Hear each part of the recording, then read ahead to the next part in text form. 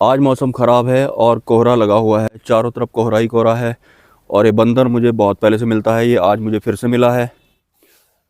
नमस्कार, आज 31 है इस साल का, आज आखिरी दिन है।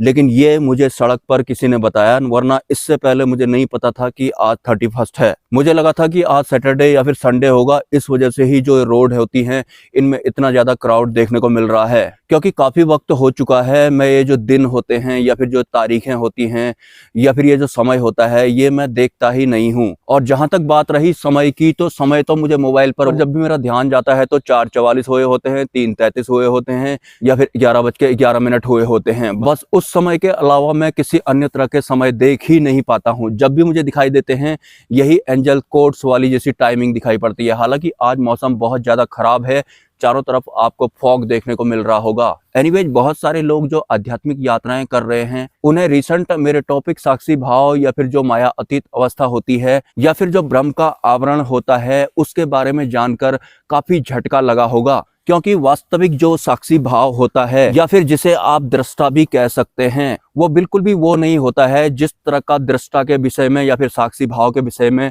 आपका मन या फिर आपका दिमाग आपको बता रहा है। क्योंकि साक्षी भाव में हम थकते नहीं हैं, साक्षी भाव हमें सुलाता नहीं है। जब हम नींद में होते हैं तो भी हम साक्षी भाव में ही रहते हैं। मतलब भले ही हम उठे हुए हों या फिर हम सोए हुए हों, हमारा साक्षी भाव हमारे साथ रहता है, वो निरंतर हमारे साथ रहता है। तो बिल्कुल एक अलग ही व्यवस्थाएं होती है, जिसके जागृत हो जाने के बाद वो व्यवस्था हमारे दिमाग के बारे में या फिर हमारे मन के बारे में या फिर इस भौतिक संसार के बारे में या फिर सूक्ष्म जगत के बारे में साफ साफ मूल सत्य बताने का काम करती है। और उस व्यवस्था में होने पर हमें थकान नहीं महसूस होती है या फिर किसी भी तरह की कोई परेशानी नहीं होती है। इसके विपरीत जो माया वाले सुख होते हैं वो हमें थोड़े समय के लिए अच्छे लगते हैं और उसके बाद वो हमें परेशान करने लगते हैं या फिर हमें चुभने लगते हैं या फिर वो सुख ज्यादा लंबे समय तक हमारे साथ नहीं बने रहते हैं। साक्षी भाव एक तरह से ब्रह्म का आवरण होता है। अगर हम साक्षी भाव में टिकते हैं तो उसके बाद माया वाला जो आवरण होता है वो भी हमारे साथ में चलता है, लेकिन वो उतना प्रभावी नहीं रहता है। क्योंकि जो ब्रह्म का आवरण होता है वो होता ही इतना आकर्षक है, वो होता ही इतना आनंदपूर्ण है कि हम उस अवस्था को छोड़ ही नहीं पाते हैं या फिर उस अवस्था के अलावा हम दूसरी किसी भी माया वाले आवरण में जाना ही नहीं चाहते हैं या फिर ऑटोमेटिक जाते ही नहीं हैं। जैसे कोई भी आध्यात्मिक पुस्तक का अध्ययन अगर आप करते हैं तो आपका मन शांत हो जाता है, लेकिन देर दुरुस्त आपका मन दोबारा से अशांत भी हो जाता है। ये माया का आवरण होता है, ये हमें एक जगह में टिकने ही नहीं देता है, भले ही हमारा मन हो या फिर माया वाले कोई सुख या फिर दुख ही क्यों ना हो। टोटल मिलाकर ये टाइम टू टाइम बदलते रहते हैं और हम माया के आवरण में ही छटपटाते रहते हैं। लेकिन जो ब्रह्म का आवरण होता है वो निरंतर रहता है और वो हमेशा हमारे साथ रहता है। ऐसे आवरण के संचार के साथ हम इस भौतिक जगत में सरवाइव कर रहे होते हैं कि माया वाले आवरण में हमें जिस तरह के भी सुख या फिर दुख महसूस हो रहे होते हैं वो प्रभावी रहते ही नहीं हैं। और वैसे भी अगर हम अपने वास्तविक फॉर्म में आ जाएंगे, मतलब हम ब्रह्म स्वरूप अगर हो जाएंगे, तो फिर हमें अपने वास्तविक आवरण के अलावा कोई दूसरा आवरण अच्छा लगता भी नहीं है। मैं जानता हूँ बहुत कम लोग इस चैनल पर हैं जो इस ज्ञान को ग्रहण कर रहे हैं या फिर वो समझ रहे हैं, और बहुत सारे ऐसे साधक होंगे या फिर जो दर्शक होंगे जिनके ऊपर से ये सारा ज्ञान निकल रहा होगा। क्योंकि ये बहुत आगे का ज्ञान मैं अपने चैनल पर बता रहा हूँ। तो जिनके भी ऊपर से ये ज्ञान निकल रहा है उनको डायरेक्ट छलांग लगाने की कोशिश नहीं करनी है। आपको इस गलतफहमी में नहीं रहनी है कि हमें आध्यात्मिक ज्ञान बहुत ही आगे का डायरेक्ट सुनने को मिल रहा है, अब तो मतलब हमारा जीवन सफल ही हो जाएगा। मैं चाहता हूं कि जीवन सबका सफल हो, लेकिन इसके लिए आपको इस भौतिक संसार का या फिर इस माया रूपी संसार का पूरा ज्ञान या फिर बोध हो जाना चाहिए। काम, क्रोध, लोभ, मोह, भय या फिर अन्य तरह के जितने भी विकार होते हैं उन सबका बोध आपको हो जाना चाहिए। और जो लोग ध्यान नहीं कर पा रहे हैं, जिनको किसी भी तरह की दिक्कत होती है, तो वो जब भी अपने घर में ध्यान करते हैं तो वो आंखों में पट्टी बांध कर या फिर कान में रुई डालकर भी ध्यान कर सकते हैं, अगर उन्हें बाहर की आवाजें परेशान कर रही हैं तो।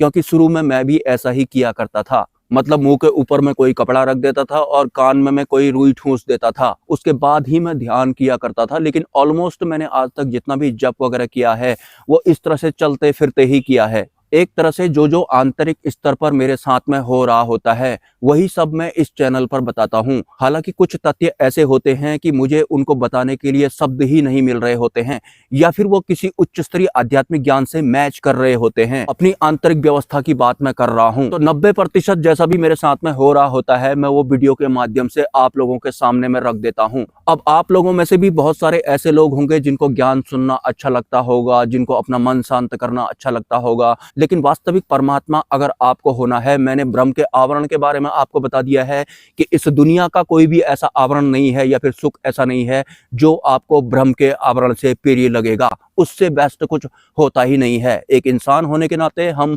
ब्रह्म के तत्व हैं, तो हमें ब्रह्म स्वरूप ही होना है और मुक्ति प्राप्त करने के लिए शरीर वगैरह का त्याग नहीं करना पड़ता है। हमें आंतरिक स्तर पर हमारा जो वास्तविक स्वरूप है वो होना होता है। ऑटोमेटिक अब मुझे बहुत कुछ अपने आप ही पता लगने लगता है। मैं आपको अपनी वास्तविकता बताऊं तो मैं सिद्धि मार्ग वाले गुरुओं के सानिध्य में भी हूं, मैं सतपुरुष की सानिध्य में भी हूं, मैं सदगुरु के सानिध्य में भी हूं, मैं ब्रह्म पुरुष के सानिध्य में भी हूं और मैं अक्षर ब्रह्म के सानिध्य में भी हूं, मैं रूहानी गुरु के सानिध्य में भी हूं। जगत की बहुत सारी व्यवस्थाओं के साथ मैं जुड़ा हुआ हूं। ये मेरा वास्तविक है, ये मेरा आप है।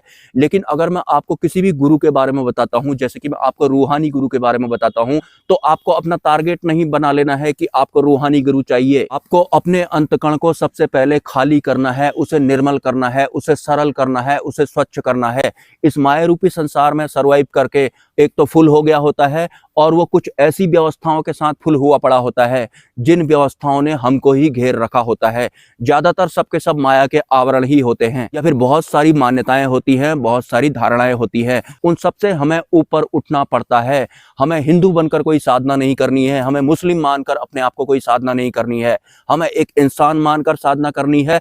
हो सके तो आपको ब्रह्म तत्व मानकर साधना करनी है। और इससे भी आगे अगर आप थोड़ा जाना चाहते हैं तो अपने आप को कुछ भी नहीं मानकर आपको साधनाएं करनी है। साधनाएं वैसे करनी नहीं होती हैं, साधना के तो एंड में ना लिखा होता है। अपनी अंतरिम जागृति करना तो एक बहुत ही ज्यादा सरल विषय होता है, लेकिन बहुत तरह के आध्यात्मिक ज्ञान या फिर विधियां हमारे सामने उड़ेल दी गई हैं तो हम कंफ्यूज हो जाते हैं। टोटल मिलाकर आपको अपने आप को सरल करना है और ईमानदार सबसे पहले आपको होना है, क्योंकि इस भौतिक जगत के एक आम इंसान का सत्य ये भी है कि वो दुनिया के लिए ईमानदार तो है ही नहीं, वो अपने आप के लिए भी ईमानदार नहीं है। कुछ इस तरह का बन गया है एक आम इंसान इस भौतिक जगत का। हर कोई मैं और मेरा वाला बेस्ट है के साथ ही बात करना चाहता है। तो वास्तविक सत्य होता है वो तो दूर दूर तक कहीं होता नहीं है। हर कोई सीधे सीधे अपना सवाल फेंक देता है। पहले आप सरल हो जाएं, अपने लिए ईमानदार हो जाएं और जिससे आप बात कर रहे हैं वो पहले से ही उस अवस्था में है जिन सबके लिए वो आपको वीडियो बनाकर बताने में लगा हुआ है।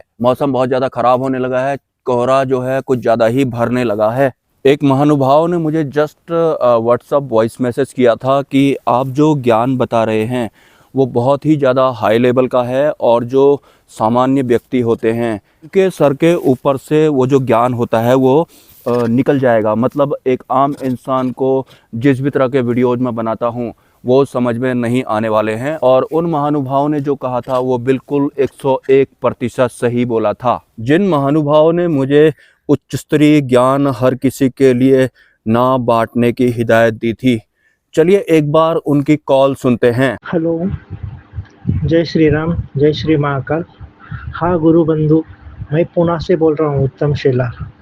आप जो यूट्यूब में चैनल चलाते हो डेप थी, वो चैनल में आप साधना के बारे में या जो नॉलेज देते हो भक्ति मार्ग का, वो बहुत बढ़िया नॉलेज है। लेकिन आपका जो ये नॉलेज है इतना हाई लेवल का है, एक सामान्य साधक के दिमाग में ये बातें आती नहीं है। क्योंकि मैं भी एक साधक हूँ, आपकी बातें ध्यान से रोज मैं चैनल देखता हूँ, लाइक भी करता हूँ। ठीक है, मुझे आते एक बातें समझ में, लेकिन इतना आपका डीप का नॉलेज है ना, ये सामान्य जो आदमी रहेगा उसके ध्यान में कुछ नहीं आएगा, पूरे ऊपर का ऊपर चला जाएगा। तो क्योंकि ये जो नॉलेज है बहुत तपस्वियों के पास होता है, ये आपके पास है।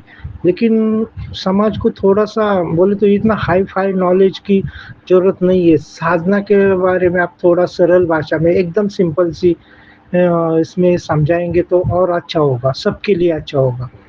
इसका मतलब ऐसा नहीं कहा मैं आपको ये बोल रहा हूँ, मैं सजेशन कर रहा हूँ, ये इतनी मेरी औकात भी नहीं है आपको सजेस्ट करने की। लेकिन आपका नॉलेज ये बहुत हाई लेवल का है, सामान्य आदमी के दिमाग में जल्दी बैठता नहीं।